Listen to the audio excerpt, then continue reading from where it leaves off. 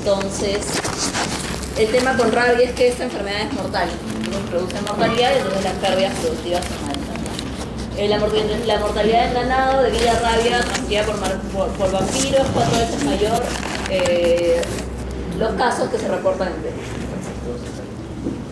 Y el tema de la rabia por murciélago, ¿no? Que siempre hay brotes, por ejemplo.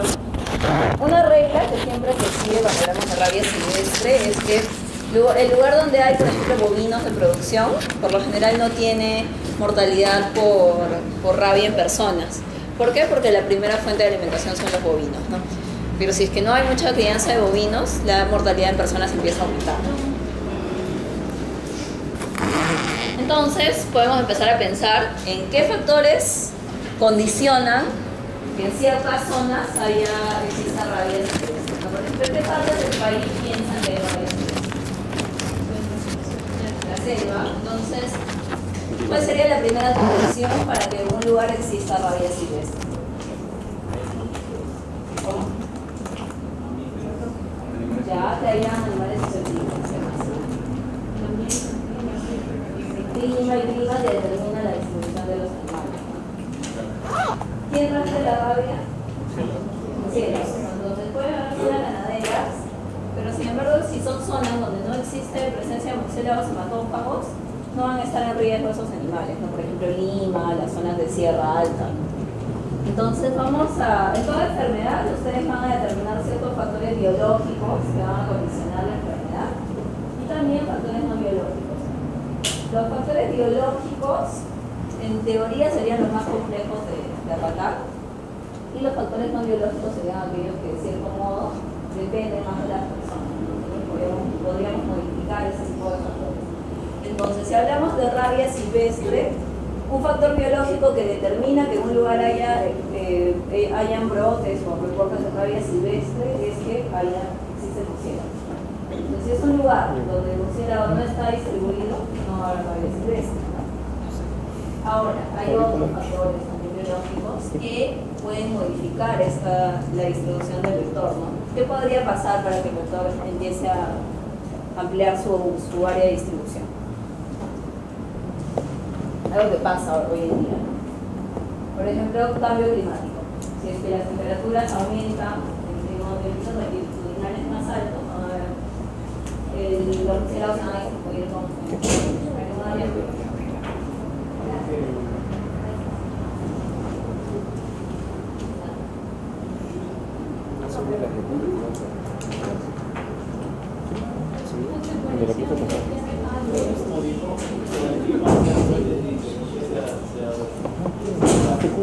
El cambio climático hace que ciertas especies, por ejemplo, se distribuyan en un área más amplia. Por ejemplo, es un ciclo longitudinal donde la temperatura es un rango y por ejemplo el cambio climático la temperatura es más alta.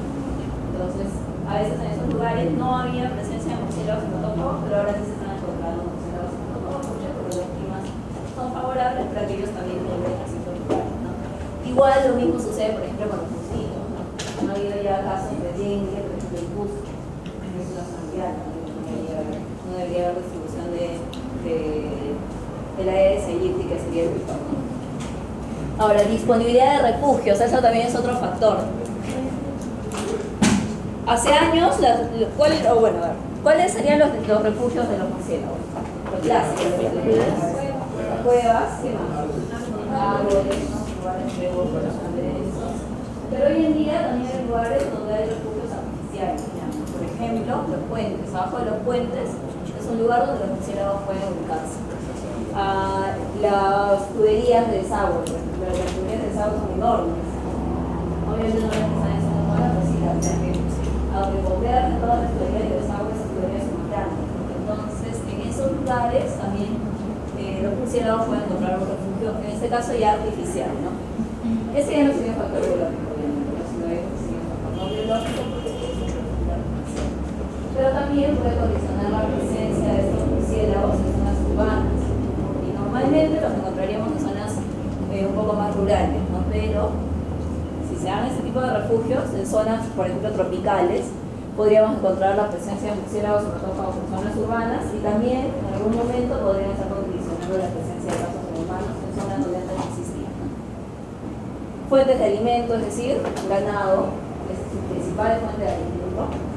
Si es que hay una alta mortalidad en ganado, en algún punto ya los animales muertos van a ser muchos, entonces los animales van a tener que buscar otras fuentes de alimento.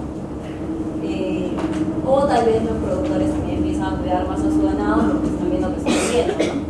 Y en ese punto es cuando recién empiezan a tomar una fuente de alimento de las personas. Por lo general, un accidente por mordedura de murciélago no sucede, no es que el murciélago venga y te persiga para morderte, ¿no?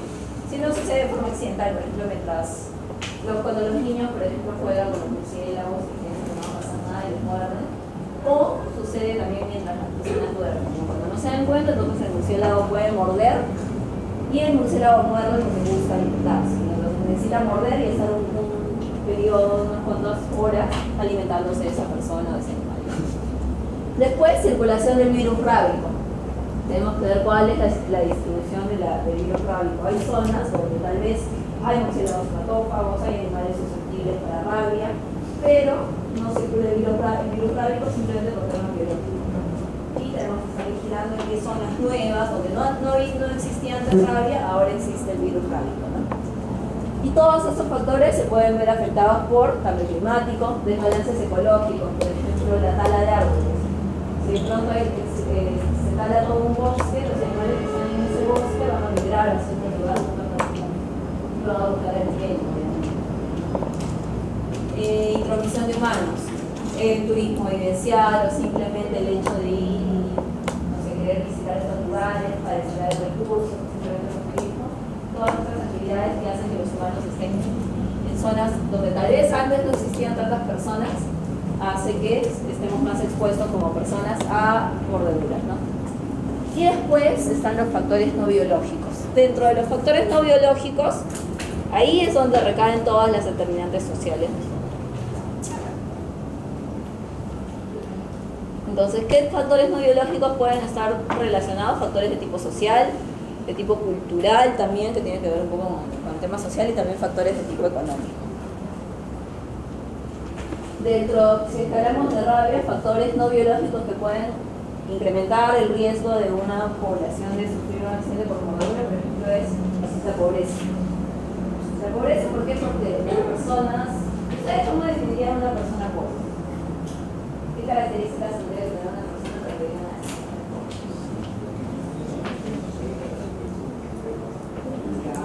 Entonces no tienen recursos económicos suficientes para tener o para satisfacer todas sus necesidades básicas, ¿no? Entonces, ¿cuál sería una necesidad básica? Alimento, no tiene dinero para satisfacer sus necesidades de alimentación. ¿Qué más? Vestimenta, un techo, un lugar, una vivienda, ¿no? Bien, pero puedes tal vez tener una vivienda, ¿no? Pero ¿qué pasa si tu vivienda no tiene las características suficientes para que te dé salud, para que te dé una vida saludable, ¿no? Entonces también sería una necesidad básica. O sea, que no tienes una vivienda con características que ayuden a proteger tu salud, tu integridad, ¿no?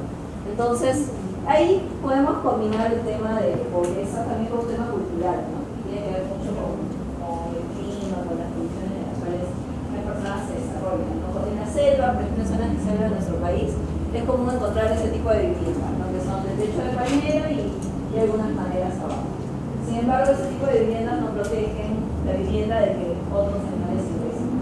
Entonces pueden ingresar murciélagos, pueden ingresar roedores, serpientes, y podrían producir algún accidente por animal ponzoñoso. Entonces, bueno, ahí nuevamente se combina el tema económico, tal vez porque no tienen recursos para construir una vivienda con mejores características, pero también el tema cultural, ¿no? Personas no están acostumbradas a vivir en casas así por el clima, no porque simplemente es más cómodo para ellos, ¿no?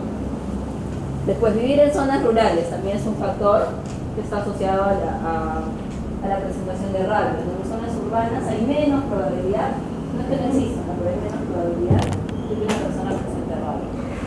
La ocupación, en algunos casos la ocupación es importante. ¿Por qué? Porque las personas que son más expuestas, por ejemplo, son las personas que trabajan, no sé, ingresando a bosques o ingresando a cuevas. Entonces, si tienes ese tipo de actividad, podrías estar más expuesto a un accidente por mordedura y por lo tanto a rabia. Y bueno, las características de la vivienda que podrían estar relacionadas a la pobreza. Pero ¿qué más? Ya hemos hablado de vivienda, hemos hablado de alimentación. ¿Qué otro factor? Creo que por ahí dijeron salud, ¿no? Entonces, ¿qué pasa si yo vivo en un lugar y dadas mis condiciones económicas, no puedo acceder a un servicio de salud de calidad y además de forma oportuna?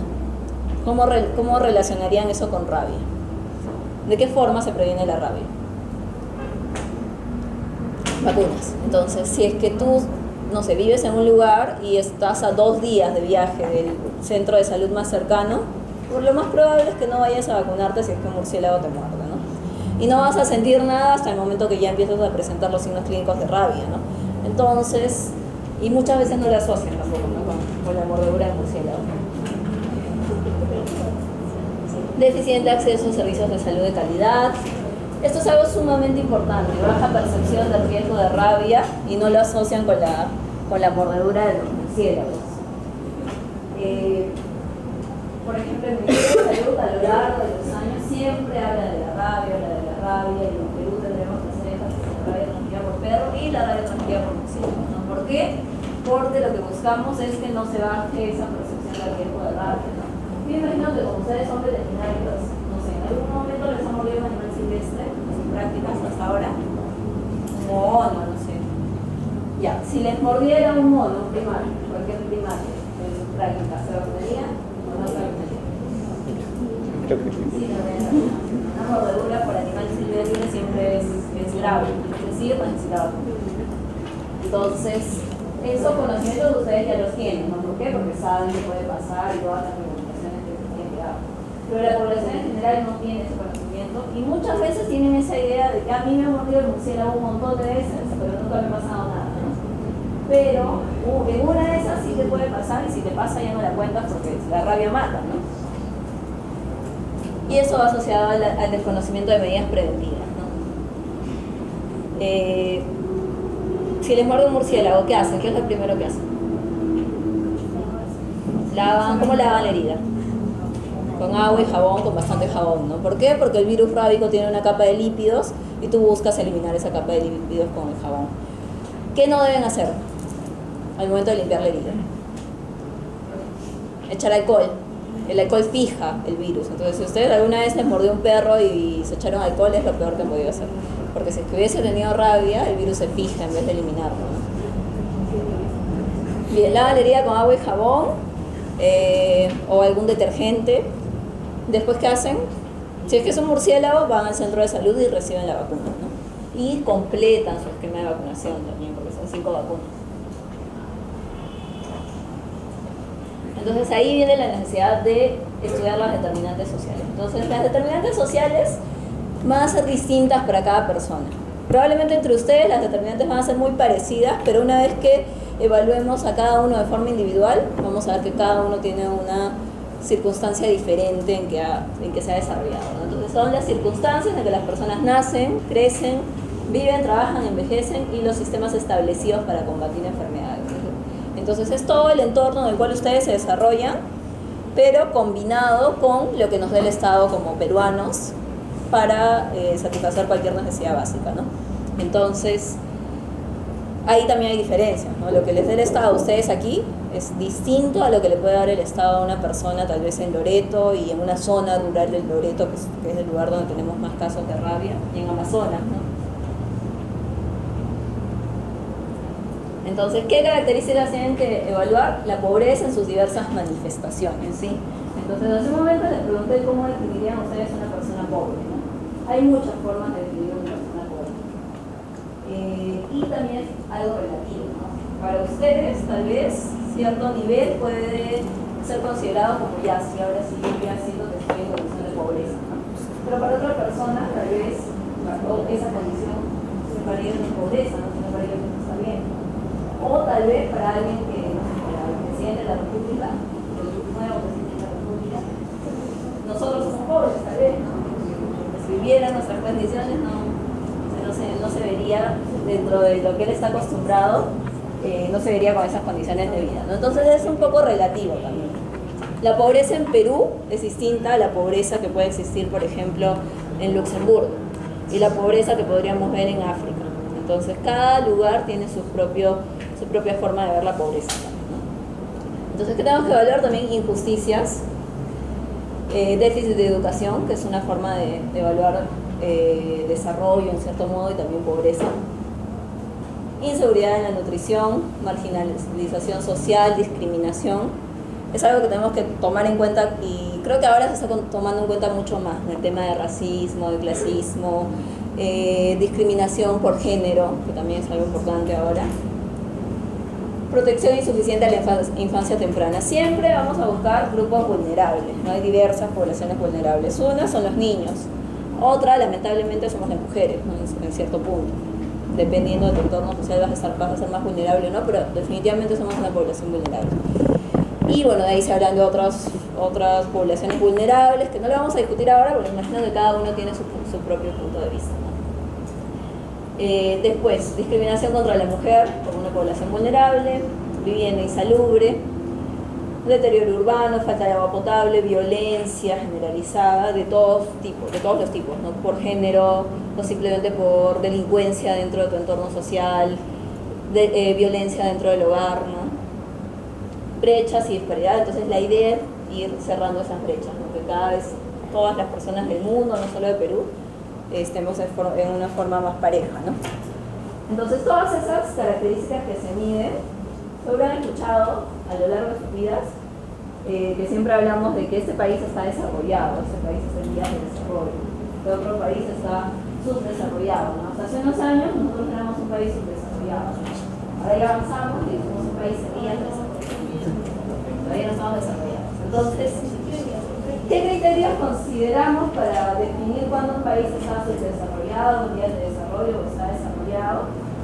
Bien, ese es un término que se utiliza de forma internacional. Entonces, el término de desarrollo se utiliza, una forma de definir estas características y diferencias dentro de los países es a través de los indicadores de desarrollo que mide constantemente el Banco Mundial. Entonces, el Banco Mundial, si ustedes entran a su página web y ven indicadores de desarrollo, van a tener como una base de datos. Y pueden seleccionar entre miles de indicadores. Dentro de educación hay un montón de indicadores, dentro de salud también. Entonces pueden seleccionar los indicadores que les interesen a ustedes y seleccionan los países. Pueden empezar a comparar estos gráficos que los da en su página web del Banco Mundial. Entonces un poco para comparar indicadores de desarrollo que son los más utilizados, ¿no? Por ejemplo, la esperanza de vida.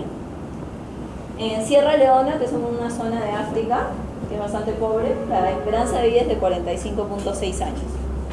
Entonces, no sé qué edad tienen sus padres, más o menos deben estar, tal vez algunos por ahí, algunos menores, algunos mayores, pero ya estarían cerca, al menos esa edad, ¿no? Ya la habrían pasado. Entonces, eso es lo máximo en promedio que podría vivir una persona en este lugar, ¿no? En el caso de Perú estamos en 73.9. Tenemos como 30 años encima en esperanza de vida de respecto a Sierra Leona, ¿no? Bolivia, por ejemplo, está en 67.2. Brasil está por debajo de nosotros, por un poquito, 73.9. Chile, por encima de nosotros, con 79.8. Y Japón, que es uno de los países que tienen más personas más longevas, la esperanza de vida es de 83.3 años, ¿no? Nuevamente, hablamos de promedio, ¿sí? Hay personas igual en nuestro país que pueden vivir un montón de años más, ¿no? Ahora, el índice de recuento de pobreza. Esta es una forma de medir la pobreza por el Banco Mundial de Salud y mide el porcentaje de tu población que vive con menos de $2 al día. Entonces, a ver, ¿cuánto dinero gastan ustedes para venir a estudiar nuevos recursos? En pasajes, ¿cuánto gastan? En pasajes, no sé, $2, tal vez lo mínimo para venir, $2 para regresar, y así, $4. En almuerzo, ya 9 soles en su almuerzo, ya 10 soles, 14 soles, ¿no? Si tienen que sacar copias, comprarse, no sé, una botella de agua, una Coca-Cola. Y eso no es todo lo que necesitan, ¿no? ¿Qué más necesitan? Lo que han gastado en su desayuno, sus padres, lo que van a gastar en cenar. Entonces hay un montón de costos por día que uno tiene. Y obviamente creo que muy no sé, alguna vez al día estaba pagando $2 al día por otros motivos, pero no porque todos los días de su vida hayan tenido que estar en esas condiciones. Entonces, lo que se tiene que medir es eso, el porcentaje de la población que vive con menos de $2 al día. Y algo que hay que considerar, a su costo de vida, ¿qué le tienen que sumar? Su mensualidad de la universidad, cuánto es por día, la luz que gastan en casa, el agua, el cable, Netflix, no sé, todo lo que tengan en casa, todo eso lo tienen que sumar y hacer un cálculo de gastos por día. Entonces, obviamente no son $2, no es posible. Entonces, sí hay lugares y hay personas en nuestro país que viven en esas condiciones, ¿no? En Chile es casi el 2%, 1.9% de su población tiene estas condiciones de vida. En Brasil 6.8%, en Perú 7.9%, Bolivia está por encima en este caso, en este indicador, no, perdón, está por debajo, 12.7%, y en el caso de Sierra Leona, el mismo país que estábamos viendo de África, 82.5% de su población vive con menos de $2 al día. Entonces, definitivamente hay condiciones de pobreza. ¿Por qué creen que, no sé, si buscamos Japón, nos saldrá algo? Que lo habíamos visto hace un momento, no. Si buscan Japón no les van a salir resultados porque no hay ni una persona en su país que viva con esas condiciones. Su nivel de pobreza es más alto. Entonces, si se dan cuenta, tus prioridades en un país son distintas, ¿no? En Perú tenemos que trabajar en este grupo, por ejemplo, que definitivamente lo tenemos que sacar de ahí. En Japón ya tienen otras prioridades, entonces su brecha de pobreza es otra, su definición de una persona pobre es otra, totalmente distinta a la nuestra. De ahí otro indicador interesante, que lo pongo porque me gustaría discutirlo con ustedes para que vean cómo tiene que ser la gestión del país. Lo que se mide, por ejemplo, como un indicador de desarrollo también es el porcentaje de gasto de bolsillo en sanidad. Y miden el porcentaje de la población que gasta de su propio dinero en satisfacer todas sus necesidades de sanidad, de salud. Ahora, ¿cuántos de ustedes tienen un seguro privado de salud? O sus padres tienen el EPS, ¿no? Y no sé si es privado. ¿Es un EPS o sea, es de más? No, no es nada de la casa. Ah, ya, pero eso es no, ese sería un... ¿Y la fuerza que paga? ¿Alguien usa, por ejemplo, el seguro de salud para atenderse? Creo que sí. ¿No de salud? Después de 2 meses. ¿Pero usas el privado o el público? Depende. De la situación, ¿ya? Por ejemplo, a todos los que somos trabajadores, la empresa, independientemente de tu sueldo, tiene la obligación de pagar el seguro de salud. Pero, ¿qué es lo que sucede por lo general cuando hablamos del seguro de salud? Las personas no van porque tienes que esperar 3 meses, no sacas tu cita y te dicen ya, señora, venga en septiembre. Hasta eso ya te desplazo y ya te formaste más. Entonces, la mayoría de personas optan por tener un seguro privado, pero muchos de los que trabajan de forma formal en un establecimiento tienen además el seguro de salud, pero no lo usan. Entonces aquí, por más que tengas un seguro público, lo que se mide es qué personas necesitan gastar de su propio dinero para satisfacer sus necesidades de salud. ¿Por qué se mide eso? Porque no sé si algunos de ustedes trabajan, pero si no lo están haciendo en algún momento van a trabajar y tal vez en este caso son sus padres los que trabajan, pero el Estado tiene una forma de cobrar impuestos en todos los niveles, ¿no? Si trabajas de forma con contrato, por ejemplo en un lugar, te cobran quinta categoría. Si trabajas con recibo honorario, te cobran cuarta categoría. Entonces, de alguna forma te sale el dinero un porcentaje de lo que estás haciendo.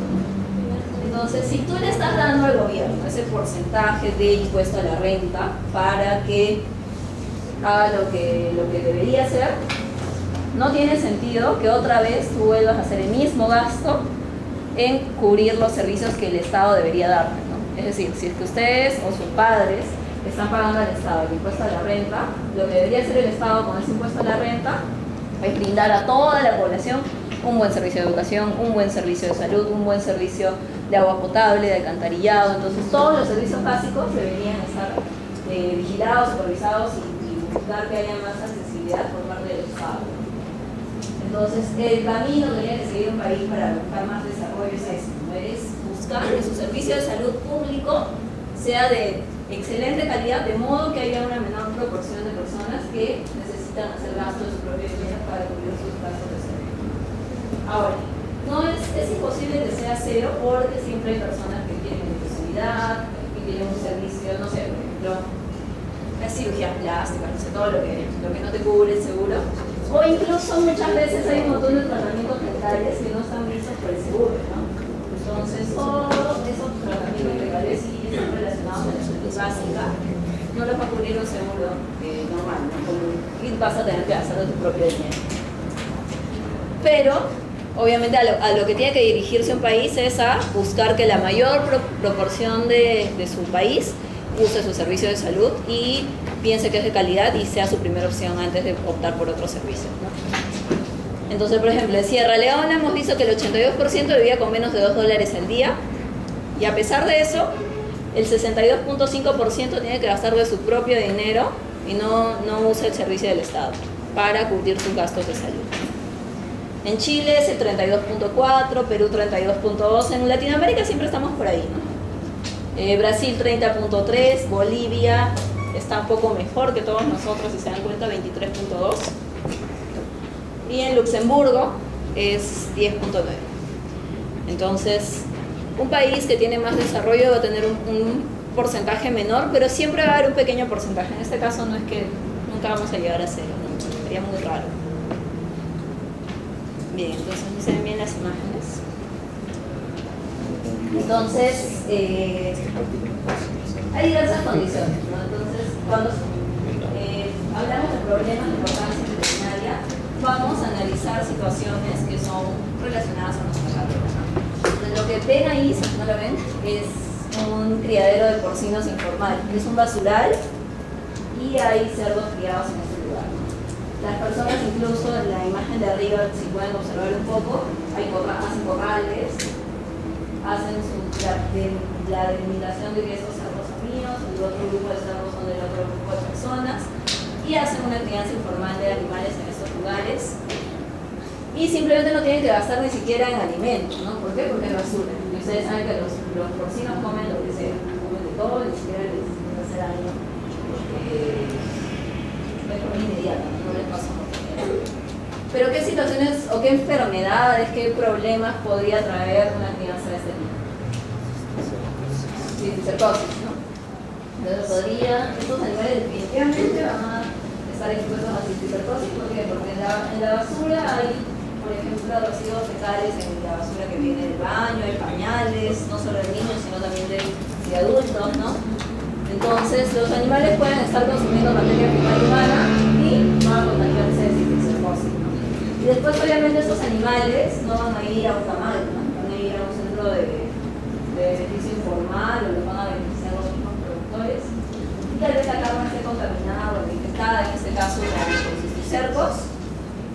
Y bueno, van a buscar la forma de comercializarla, ¿no? Tal vez en un mercado van a vender la carne más barata o en tiendas pequeñas, ¿no? Y en el peor de los casos, por ejemplo, lo que se hace con carne con cisticercos es molerla y hacer embutidos. Molerla y hacer embutidos, ¿no? ¿Por qué? Porque cuando la muelen, los cisticercos, que parecen bolitas de grasa, no se notan, ¿no? Y bueno, y venden el embutido, las personas comen los embutidos y les da teniasis después, ¿no? De ahí igual, ¿no? Factor de tenencia no responsable, todo lo que vimos la semana pasada, que está delimitado también por un montón de determinantes sociales y es por eso que en ciertos lugares la tenencia responsable tiene indicadores más mejores o en otras zonas los indicadores son más deficientes, ¿no? Entonces, partimos de esto. La principal determinante social para la salud o determinante de la salud es la pobreza. Entonces, lo que tenemos que buscar solucionar a nivel mundial es la pobreza. Y la pobreza en sus diversas manifestaciones, ¿no? Entonces, esta es una definición de pobreza. La pobreza es la condición en la cual una o más personas tienen un nivel inferior al bienestar mínimo socialmente aceptado. Eso era lo que les hace un momento, ¿no? Ser pobre para ustedes puede tener una definición para una persona de menos recursos, tal vez no la decisión.